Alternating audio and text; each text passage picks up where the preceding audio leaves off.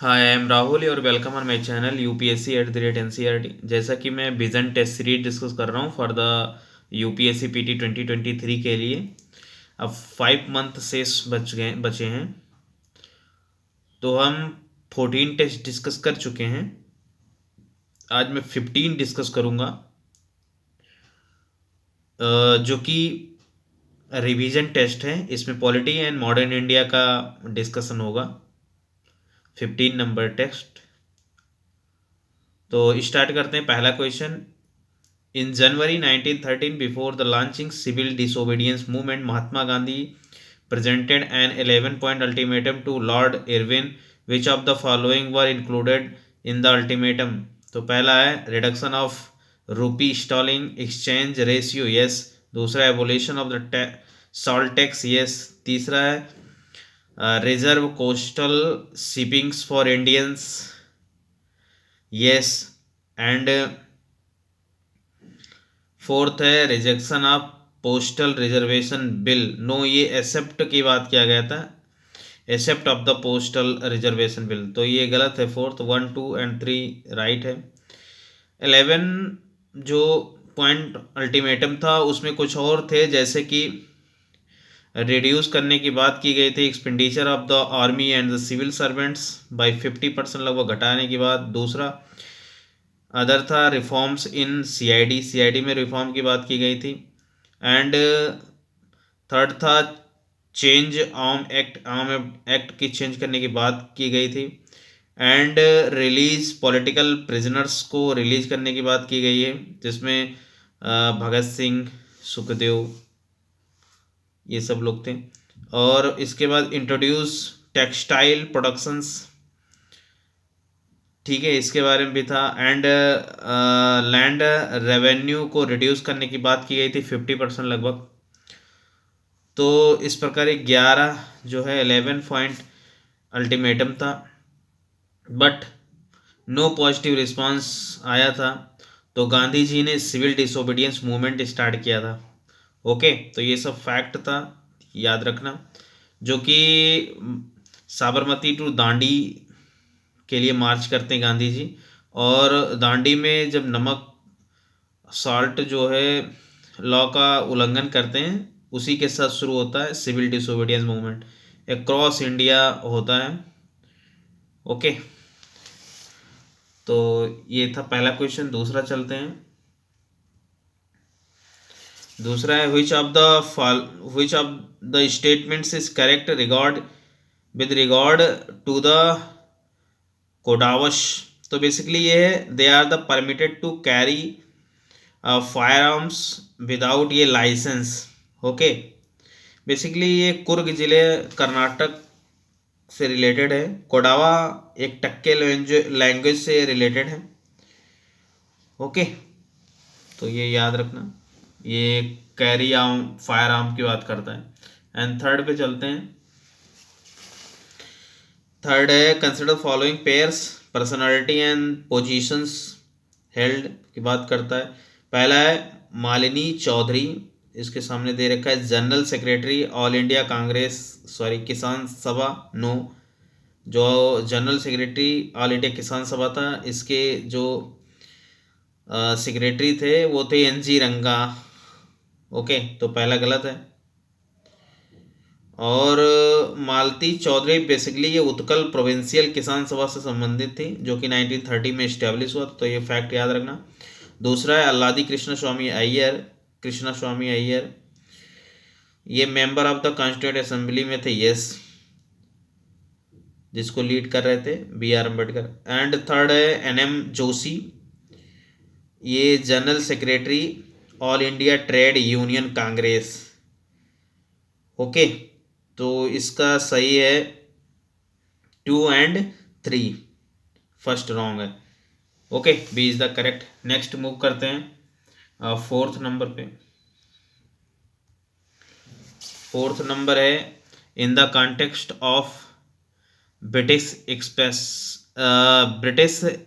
Expansionism during the early 20th century, consider following statements regarding the treaty of लाशा। तो पहला है it followed the British some control over the foreign affairs of Tibet? Yes. ये treaty basically 1904 में हुआ था. And second है it made Tibet cede Sikkim and Chumbi valley as war indemnity. No, ये नहीं हुआ था, सिक्किम अलग था. ओके, तो दूसरा गलत है, पहला सही है. और जान लेते हैं इसके बारे में. तो बेसिकली जो कॉलोनल यंग्स हस्बैंड थे, ये स्पेशल मिशन चलाए थे तिब्बत के लिए. इसमें इस ट्रीटी जो ट्रीटी ऑफ लॉशा है 1904,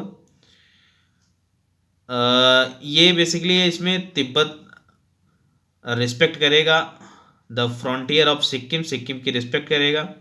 and did not cede any territory to Britain.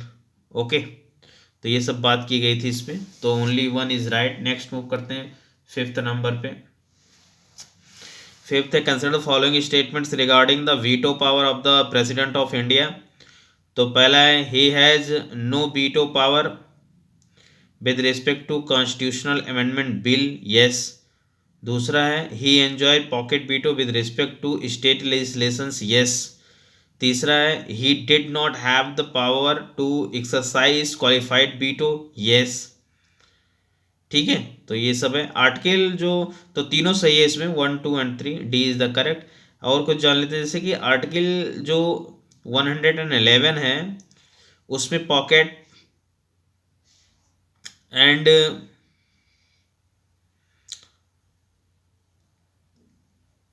Pocket veto and absolute veto की बात की गई है. Pocket and suspensive veto. Pocket veto में बेसिकली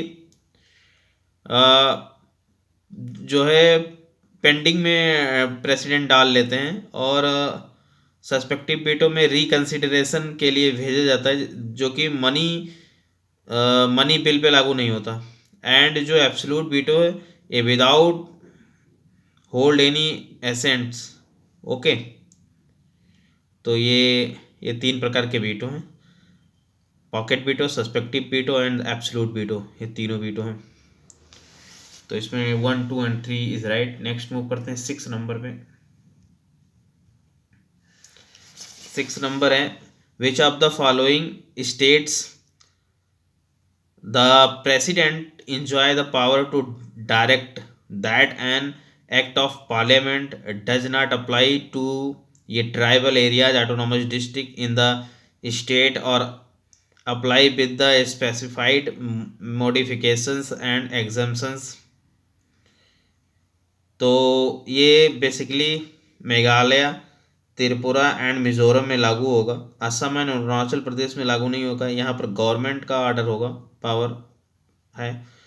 बेसिकली 6th शेड्यूल जो कि आर्टिकल 244 सेक्शन 2 एंड 274 सेक्शन 1 में असम, मेघालय, त्रिपुरा एंड मिजोरम को स्पेशल पावर दिया गया है. ओके, जिसमें 3 जो है मेघालय, त्रिपुरा, मिजोरम में प्रेसिडेंट को राइट है, और असम में गवर्नर को राइट है. तो ये फैक्ट ध्यान रखना. T is the correct. Next move करते हैं 7th नंबर पे. 7th in the context of the colonial legislative reforms consider following statements regarding the Indian Universities Act 1904. तो इसमें it intended to introduce radical changes to the 5 existing Indian universities at Calcutta, Bombay, Madras, Lahore and Allahabad. Yes.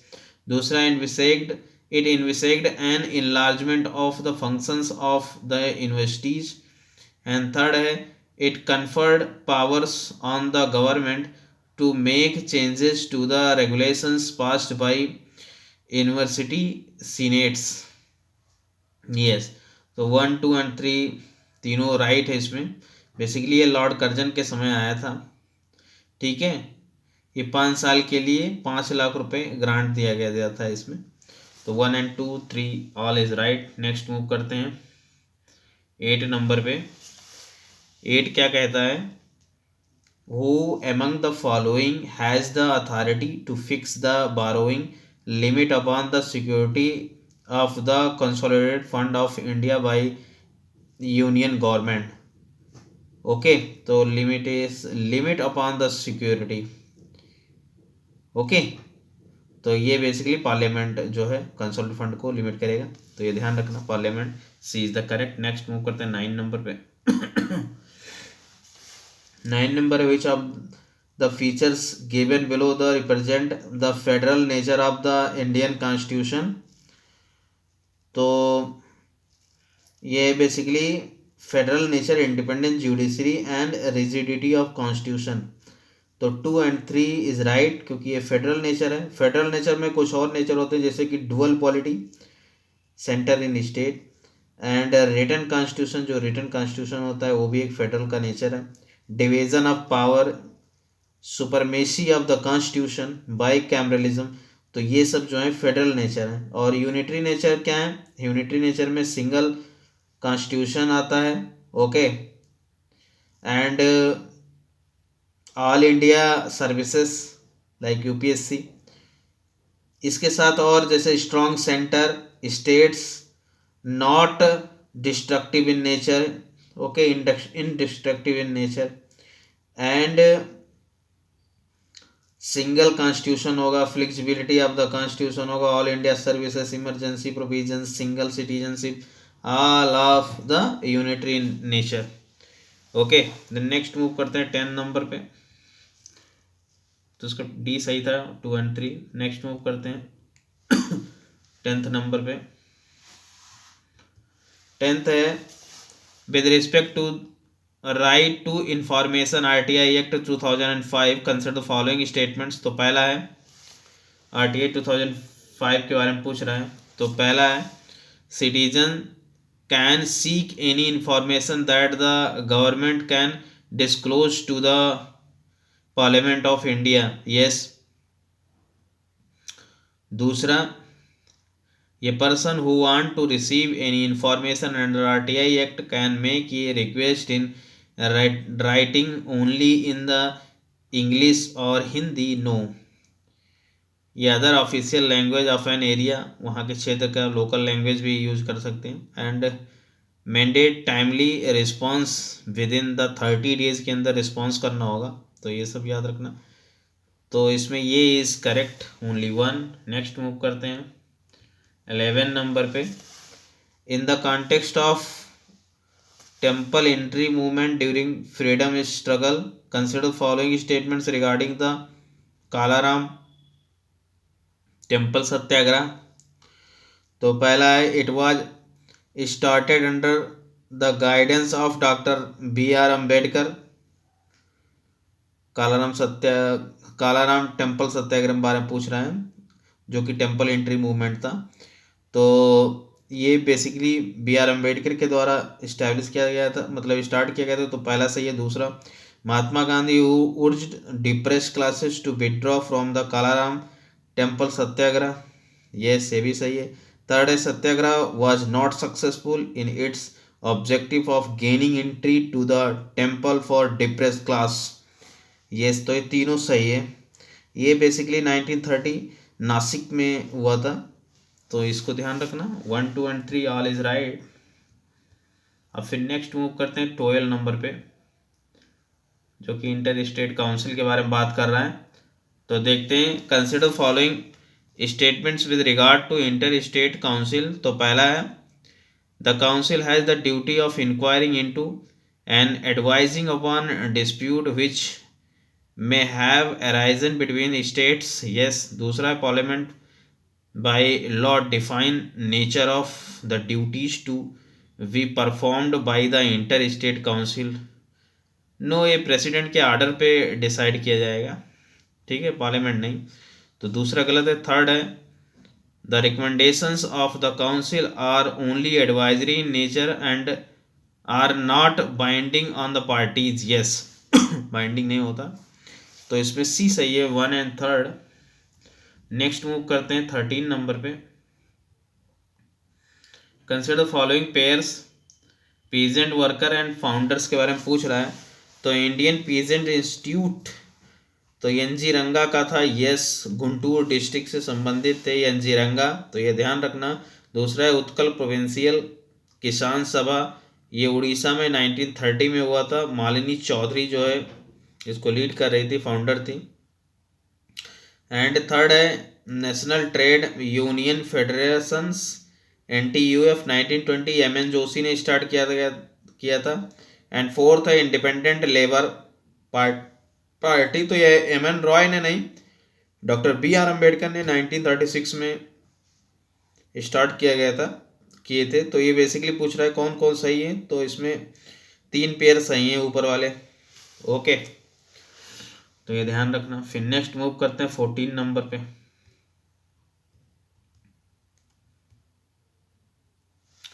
14 क्या कह रहा है, with respect to the land revenue systems during the British rule of India 19th century, consider the following statements. तो पहला है the maximum area during the British rule was under the permanent settlements, no, Ryotwari था। दूसरा है under the Ryotwari systems there was no provisions for any appeal to the courts of law against over assessments, yes, तो ये सही है, कोई court की तरफ नहीं जा सकते आप, तो इसमें भी सही है। और जानते हैं परमानेंट सेटलमेंट के बारे में, महालवाड़ी के बारे में, रैयतवाड़ी के बारे में, तो एक एक करके जानते हैं। तो हम चलते हैं पहले परमानेंट सेटलमेंट की तरफ। तो ये लॉर्ड कॉर्नवालिस के समय 1793 में स्टार्ट किया गया था, जो कि बंगाल, बिहार, उड़ीसा, बनारस क्षेत्र में एंड नदर्न कर्नाटक रीजन में ये लागू हुआ था। ये भारत के कुल 19% जो ब्रिटिश इंडिया का था 19% क्षेत्रों में लागू हुआ था। जमींदारी सिस्टम, जमींदार इसके ऑनर्स थे और इसे जमींदारी सिस्टम भी कहते हैं, ठीक है। इसमें 1/10 देना था जमींदार्स को एंड 10/11 ये देना था ब्रिटिशर्स को। ओके, 10वां हिस्सा मिलना था जमींदार्स को, तो ये ध्यान रखना। दूसरा चलते हैं महालवाड़ी पे। तो इंट्रोड्यूस किए थे हॉर्ड मैकेंजी 1822 में। मेजर पोर्शंस ऑफ यूपी में था, सेंट्रल प्रोविंस में था, पंजाब में था। ये भारत के लगभग ब्रिटिश इंडिया का 30% था। ओके, एंड फिर चलते हैं रैयतवाड़ी में। Ryotwari basically Bombay, Madras province, Assam, ETC में था।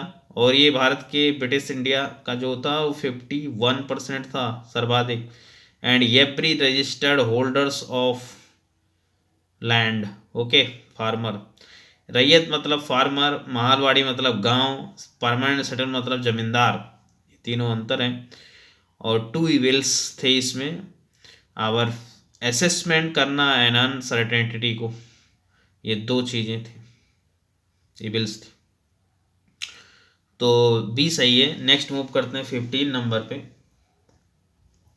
वाई 15th नंबर क्या है, with reference to the powers of the parliament consider following statements. तो पहला है the parliament can alter the boundary of the existing states without their consent, yes. दूसरा है it requires ये constitutional amendments under article 368 to form new states और change the area of existing state, no, इसमें constitution amendment की जरूरत नहीं है, ये आर्टिकल 3 के तहत होगा। जो भी आर्टिकल 3 के अंतर्गत होगा वो उसमें कॉन्स्टिट्यूशन अमेंडमेंट की जरूरत नहीं है। ओके, तो सेकंड रॉन्ग है, first is right. Next move करते हैं 16 नंबर पे।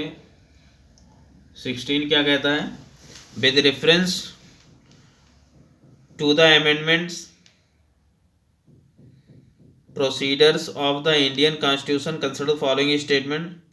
तो पहला है ये private member can introduce a bill to amend the constitution without the prior permission of the president, yes. दूसरा है there is no provisions for holding a joint settings of the 2 houses for the purpose of the passing constitution amendment bill, yes. Constitution amendment में जो है joint setting का प्रावधान नहीं है, ना ही मनी बिल में, तो ये ध्यान रखना। और जो है कॉन्स्टिट्यूशन अमेंडमेंट में prior recommendation of the president not require. जो आर्टिकल 368 है ये पार्ट 20 में आता है, तो ये सब फैक्ट याद रखना। C is the correct. Next move करते हैं 17 नंबर पे। 17 क्या कहता है, according to the constitution of India foreigners are not protected against violation of which of the following fundamental right. तो पहला है right against discrimination on the ground of religion, race, caste, sex और place of birth. Yes, ये protection नहीं है बाहरी लोगों को। दूसरा right to freedom of speech and expression, ये आर्टिकल 19 है, ये भी नहीं है बाहरी लोगों को। लाइफ टू राइट ये है 21 मिला हुआ है लोगों को, बाहरी लोगों को भी। एंड 4 है कल्चरल राइट्स, ये भी नहीं है। आर्टिकल 29, 30 ये भी नहीं है। ठीक है, कुल 5 आर्टिकल जो है केवल भारतीयों के लिए, इंडियंस के लिए, बाहरी लोगों के लिए नहीं है, जिसमें 15, 16, 19, 29, 30 ये याद रखना। ओके, और जो आर्टिकल 29, 30 है basically cultural and educational right की बात करता है। तो इसका D is the correct, 1, 2 and 4। Next move करते हैं 18 नंबर पे। 18 क्या कहता है, in the context of the formation of political organisations during colonial India, arrange the formation of the following organizations in the chronological order। तो मद्रास महाजन सभा, ये basically ये 1884 में M B. Raghavachari, B. Subramania Iyer, N P. Ananda Charlu 3 लोगों के द्वारा शुरू किया गया था। दूसरा है बॉम्बे प्रेसिडेंसी एसोसिएशंस, ये 1885 में, 1 साल बाद इसके शुरू किया गया था। इसमें बदरुद्दीन तैयब जी, फिरोज शाह मेहता, के.टी. तेलंग, ये 3 लोग थे।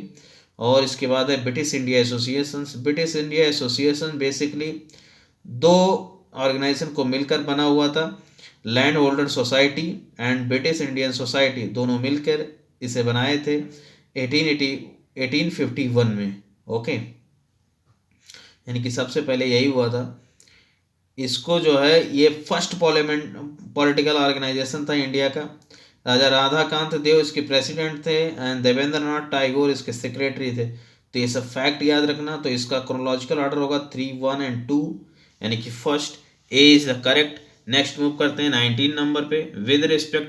With reference to the national emergency consider following statement. पहला है there is no maximum limit period prescribe for its operations. Yes, national emergency means 352 की बात कर रहा है यहाँ। एंड सेकंड है ये resolutions of discontinuation of the emergency should be passed by both the houses of the parliament. No, ये president revoke कर सकते हैं any time when the Lok Sabha pass a resolution. Okay, तो लोकसभा के रेजोल्यूशन से प्रेसिडेंट जो है कभी भी इसको रिवोक कर सकते हैं। ये जो है ये ऐड किया गया था 44 कॉन्स्टिट्यूशन अमेंडमेंट 1978 के द्वारा। तो ये हुआ 19। चलते हैं फिर 20 नंबर पे। 20 क्या कहता है, with reference to provisions of Indian citizenship consider the following statements. तो पहला है the constitution of India only identifies the persons who became citizens of India on 15 August 1947। No, जब कॉन्स्टिट्यूशन लागू हुआ 26 जनवरी 1950, उस दिन से जो है सिटीजन हो गया इंडिया का व्यक्ति प्रोविजन के हिसाब से। एंड सेकंड है parliament has the power to enact ये law to deal with the acquisitions और loss of the citizens. Yes, okay, तो जैसे कि सिटीजनशिप एक्ट है जो 1955, वो अमेंडेड होता है एनी टाइम टू, मतलब टाइम टू टाइम अमेंड किया जाता है उसी में। तो इसका बी सही है, ओनली 2। नेक्स्ट मूव करते हैं 21।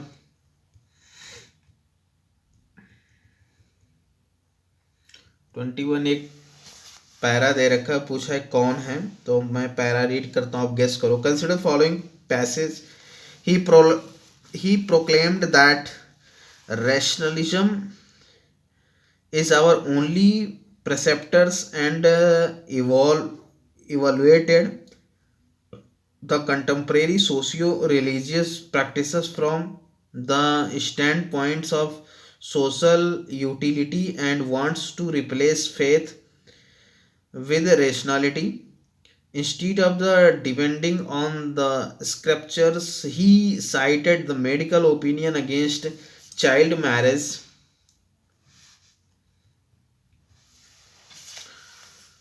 He opened his rational ideas in a treatise known as Dharmaniti, Principle of the Morality. He served as the editor of the well-known journal Tattva Patrika. तो ये बेसिकली थे अक्षय कुमार दत्त जी थे। ठीक है, तो ये ध्यान रखना इनके बारे में। नेक्स्ट मूव करते हैं, 22 नंबर पे चलते हैं। 22 क्या कहता है? With reference to the basic structure doctrine which of the following statements is not correct. तो पहला देखते हैं, according to the doctrines the parliament can extend to scope of ये fundamental right but can not curtail it. No, curtail कर सकता है, तो पहला गलत है। पूछो तो कौन गलत है, तो यही गलत है पहला। और देखते हैं कौन कौन सही है इसके बारे में। तो बी है, दो the Minerva judgment the Supreme Court held that the doctrine would apply only to the constitution amendment enacted after 24th of April 1973। yes, judgment के बाद। C है, the doctrine is nowhere mentioned in the constitution। yes। D है, the idea of welfare state is a part of the basic structure। yes, but socialism नहीं है, ये ध्यान रखना। और बाकी सारे हैं, तो ये एलिमिनेशन में काम करेगा। 23 चलते हैं। 23 है, with reference to the colonial activities in the sphere of education arrange the establishment of the following in the chronological order. तो कलकत्ता मदरसा जो है वारेन हेस्टिंग्स ने 1781 में इस्टेब्लिश किया था for the Muslims law and related subject के लिए। Sanskrit college eight Banaras में 1791 में ये जोनाथन डंकन के द्वारा study of the Hindu and the philosophy के लिए हुआ था। एंड फोर्ट विलियम कॉलेज जो है ये 1800 में बेलेजली के द्वारा इस्टेब्लिश किया गया था for the training of the civil students of civil servants of the company in the language customs of Indians. Okay, इसके लिए तो 1, 2 एंड 3 इज राइट, इसका क्रोनोलॉजिकल ऑर्डर है, तो ध्यान रखना A is the correct. Next move करते हैं 24 नंबर पे, which of the following constitution amendment act was not ratified by 50% of the state legislatures। तो 97th कॉन्स्टिट्यूशन अमेंडमेंट एक्ट जो कोऑपरेटिव सोसाइटीज है इसमें 50% स्टेट लेजिस्लेटिव की आवश्यकता नहीं है, और सभी में जैसे 7th constitution amendment act related to the high courts and the high courts जजेस। तो इस जो जब इसमें संशोधन होगा तो फिर होगा, मतलब 50% स्टेट लेजिस्लेशन की आवश्यकता होगी। एंड जीएसटी में तो था ही। एंड 61 कॉन्स्टिट्यूशन जो जिसमें उम्र घटाया गया था 21 to 80 किया गया था 1989 में, तो ये ध्यान रखना। फिर नेक्स्ट चलते हैं 25 नंबर पे। 25 में तिरुवनंतपुरम डिक्लेरेशंस, तो ये बेसिकली है reservation for the women in the Lok Sabha से रिलेटेड। तो D is the correct answer. Okay, तो आज का यहीं 25 पे कंप्लीट करते हैं, कल मिलेंगे 26 to 50। Okay then, thank you very much. अगर आपको पसंद आए तो ज़रूर आप इसको शेयर करें, लाइक करें एंड अपना फीडबैक कमेंट में दें। Thank you very much.